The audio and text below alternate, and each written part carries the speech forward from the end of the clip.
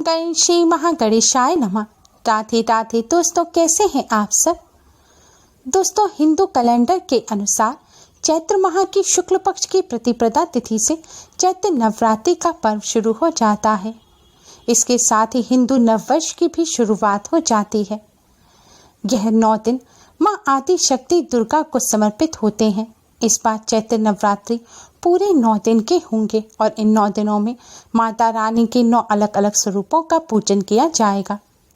नवरात्रि का हर दिन बहुत खास होता है, लेकिन नवरात्रि की महाअष्टमी और महानवमी का सभी भक्तों को बेहद बेसब्री से इंतजार रहता है, क्योंकि इस दिन कन्या पूजन खास तौर पर किया जाता है। इस बार महाअष्टमी 9 अप्रैल और महानवमी 10 अप्रैल को है। 10 अप्रैल को ही रामनवमी का पर्व भी मनाया जाएगा। मां आदि शक्ति दुर्गा सुख समृद्धि और धन संपदा प्रदान करने वाली मां है। मां अपने भक्तों के सभी कष्टों को दूर कर मनचाहा वरदान प्रदान करती है। यह दिन मां की कृपा प्राप्त करने के लिए बहुत ही खास माने जाते हैं।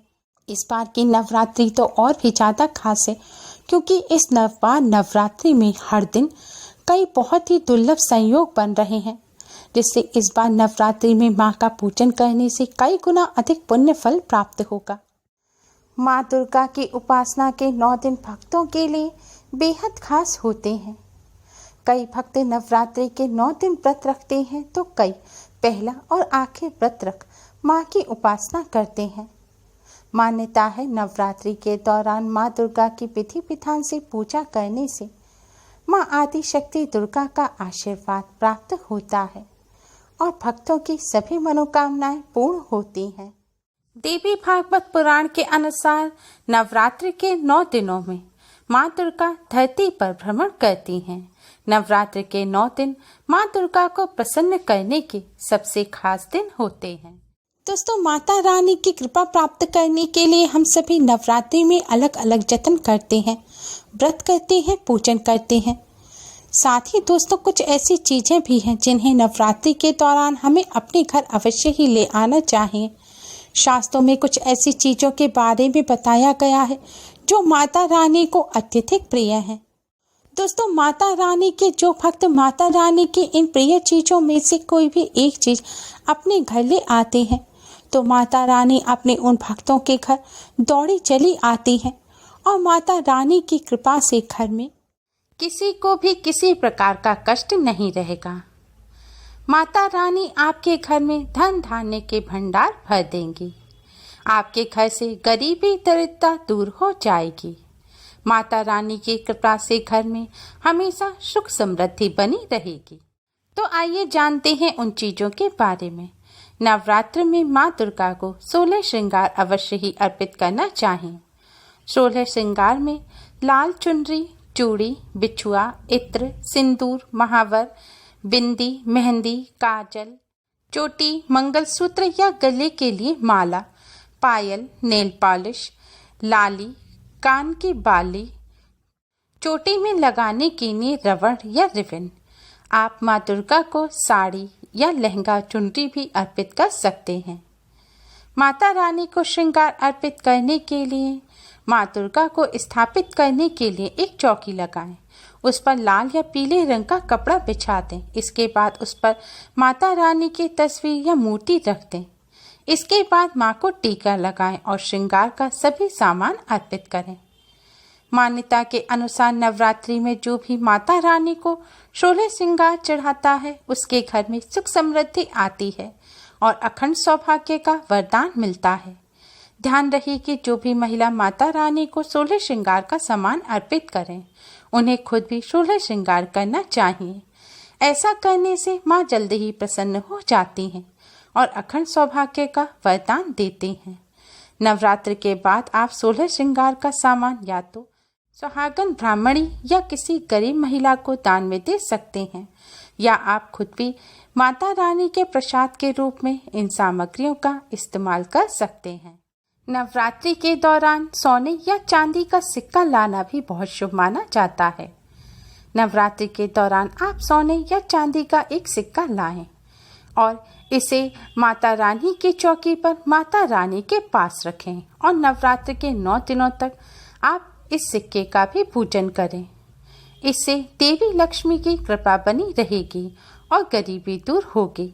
नवरात्र के 9 दिन बाद आप इस सिक्के की पूजा करके इस सिक्के को अपनी तिजोरी में रख दें या फिर किसी साफ स्थान पर धन के साथ आप इस सिक्के को रख दें। ऐसा करने से घर में धन धान्य की वृद्धि होती है। नवरात्रि के दौरान घर में कमल का फूल लाना बहुत ही शुभ माना जाता है।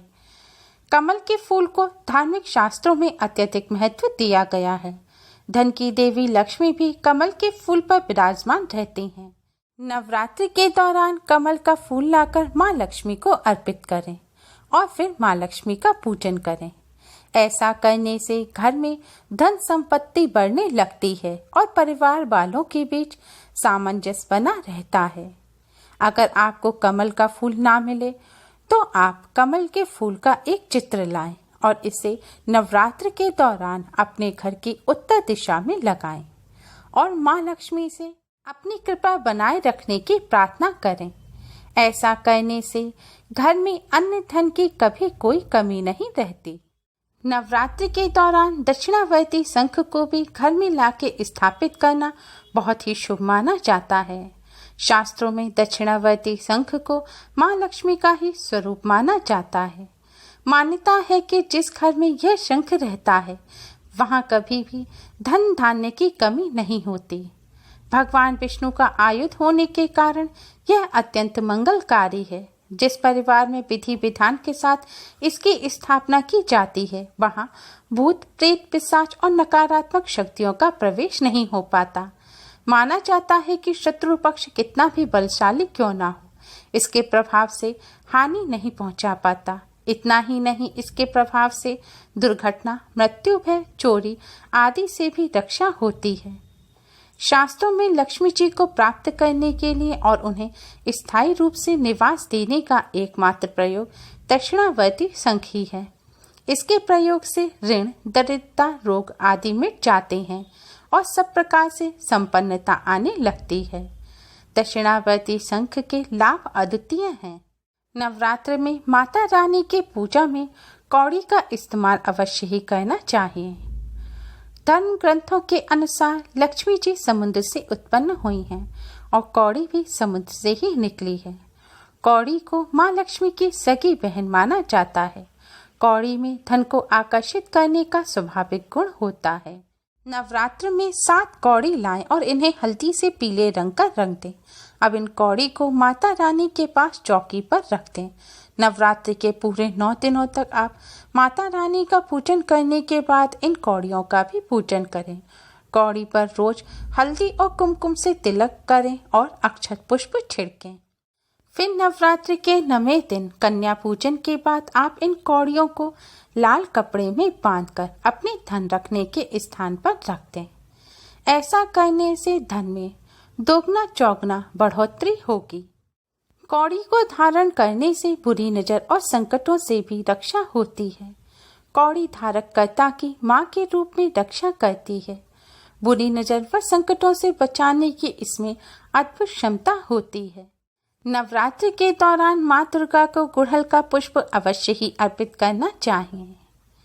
शास्त्रों के अनुसार देवी माँ के प्रिय पुष्प गुड़हल को चढ़ाने से वे भक्तों पर अपनी असीम अनुकंपा बरसाती हैं। देवी भागवत पुराण के अनुसार माँ दुर्गा पर गुड़हल का पुष्प चढ़ाना उसी तरह हितकारी है जिस तरह की महाकाल पर बेलपत्र चढ़ाना।